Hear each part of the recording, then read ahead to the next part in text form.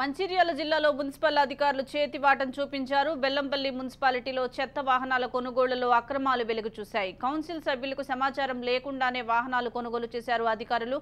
అక్రమాలకు పాల్పడిన అధికారులపై చర్యలు తీసుకోవాలని మున్సిపల్ అడిషనల్ డైరెక్టర్కు కౌన్సిల్ సభ్యులు ఫిర్యాదు చేశారు.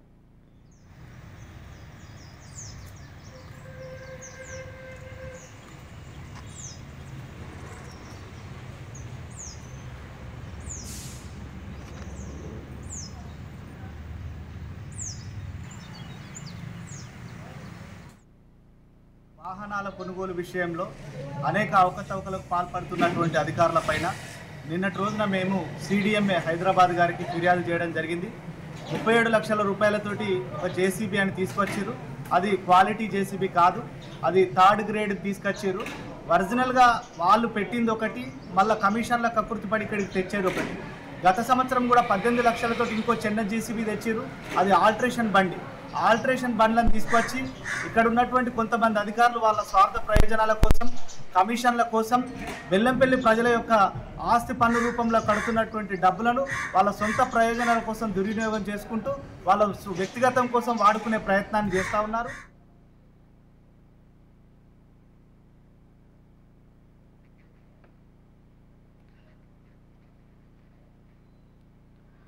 దీనికి సంబంధించి మరింత సమాచారం మా ప్రతినిధి అరుణ్ కుమార్ అందిస్తారు. అరుణ్, చెప్పండి. బెల్లంపల్లి మున్సిపాలిటీలో చెత్త వాహనాల కొనుగోలులో అక్రమాలు వెలుగు చూశాయని, కౌన్సిల్ సభ్యులకు సమాచారం లేకుండానే వాహనాలు కొనుగోలు చేశారని ఫిర్యాదు అందినట్లుగా తెలుస్తోంది. అధికారులపై అప్డేట్స్ ఏంటి?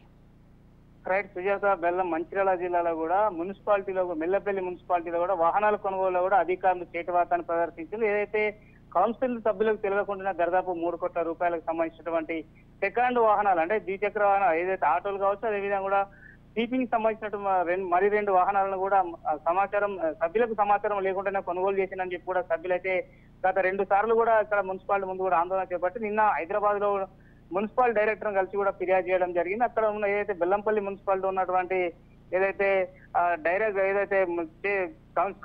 కమిషనర్ కావచ్చు, అదేవిధంగా కూడా డిఈఏలు కలిసి కూడా అక్రమాలకు పాల్పడ్డారు. దాదాపు 3 కోట్ల రూపాయలు కూడా ప్రజాధనాన్ని వృధా చేసిన గతంలోనే అనేక సార్లు చెప్పినాం, ఇది పద్ధతి కాదని చెప్పినా కూడా వాళ్ళ వద్ద ఏదైతే వాళ్ళ పద్ధతిని అయితే మార్చుకోలేదు. ఏదైతే స్లీపింగ్ సంబంధించినటువంటి వాహనంతో పాటు మరి ఒక 8 ఆటోలను కూడా దాదాపు 7 కోట్ల రూపాయలతో కూడా అక్కడ వాటిని కొనుగోలు చేయడం జరిగింది. అవన్నీ కూడా రెండవ దానికి అంటే సెకండ్ క్వాలిటీ వాహనాలు ఎక్కడో తీసుకొచ్చి వాటికి కలర్ వేసి కూడా తీసుకొచ్చి కూడా ఇక్కడ కొత్త వాహనాలుగా చూపించి కూడా డబ్బులు దండుకున్నారంటూ కూడా ఏదైతే కౌన్సిల్ సభ్యులు అయితే ఆరోపణ చేస్తున్నారు. ముఖ్యంగా కూడా ఏదైతే గత కొద్ది రోజుల నుంచి కూడా అధికారులు అక్కడ బెల్లంపల్లి మున్సిపాలిటీలో అనేక అక్రమాలకు పాల్పడతా ఉన్నా కూడా అక్కడ కొంత అధికార పార్టీకి సంబంధించినటువంటి కొంతమంది నాయకుల అండదండలతోనే ఇవాళ అధికారులు అక్రమాలకు పాల్పడతా ఉన్నారు. గతంలో అనేక సార్లు కూడా వీరిపై చర్యలు చేపట్టాలన్నట్టు కూడా కమిషనర్ తో పాటు అదేవిధంగా కూడా డైరెక్టర్ కంప్లైంట్ చేసినా కూడా ఇప్పటి వరకు అయితే చర్యలు లేవు. గత 2 నెలల క్రితం కొనుగోలు చేసినటువంటి వాహనాలలో కూడా 3 కోట్ల రూపాయలు 7 కోట్ల రూపాయలకు సంబంధించి కూడా